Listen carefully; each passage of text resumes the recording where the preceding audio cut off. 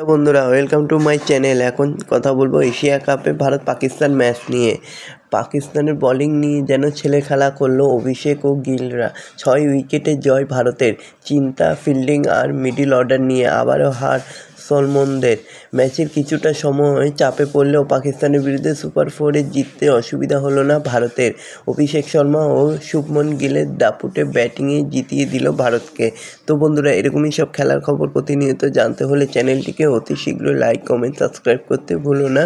আর প্রচুর পরিমাণে শেয়ার করে দাও, যাতে আমার 4000 ঘন্টা ওয়াচ টাইম খুব শীঘ্রই পূর্ণ হয়ে যায়।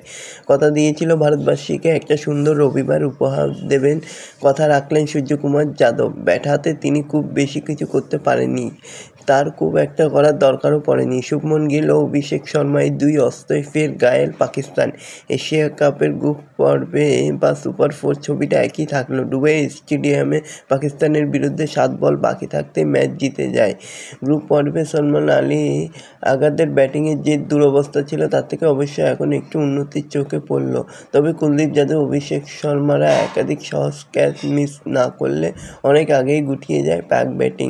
তাছাড়া বল হাতে ব্যর্থ জসপ্রীত বুমরা। তবুও পাকিস্তান ওই দিন একটু সাহসী দেখালো। টস জিতে বল করার সিদ্ধান্ত নেয় ভারত অধিনায়ক। কিন্তু শুরু থেকে ঝড়ো মেজাজে ব্যাট করেন পাকিস্তানের ব্যাটাররা। মাত্র 9 বলে 15। সাম্প্রতিক সময়ে ভারত পাক ম্যাচ এতটাই একতরফা হয়েছে যে রানটুকু লড়াকু বলে মনে হতে পারে, সেটা একেবারেই না। ভারতের ব্যাটিংয়ে প্রথম বলেই বুঝিয়ে দিলেন অভিষেক। শাহিন শাহ আফ্রিদির প্রথম বলটাই গিয়ে পড়ল দর্শকদের মধ্যে। তারপর সেটাতে লেখা রইল অধিকাংশ বলেই কোনোটা 4, কোনোটাই বা 6। কোনোভাবে অভিষেক তো আর কোনোটাই শুভমন গিল কে আগে হাফ সেঞ্চুরি করবে যেন লেগে পড়েছিল।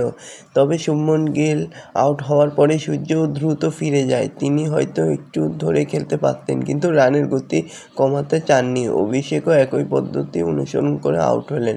13তম ওভারে আরবার একটা ছক্কা মারার পরেই শান্ত হননি।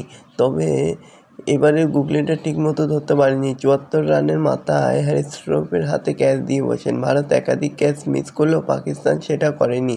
তবে অভিষেক যখন ফিরেছেন, ভারত জিততে আর মাত্র 46 রান বাকি ছিল।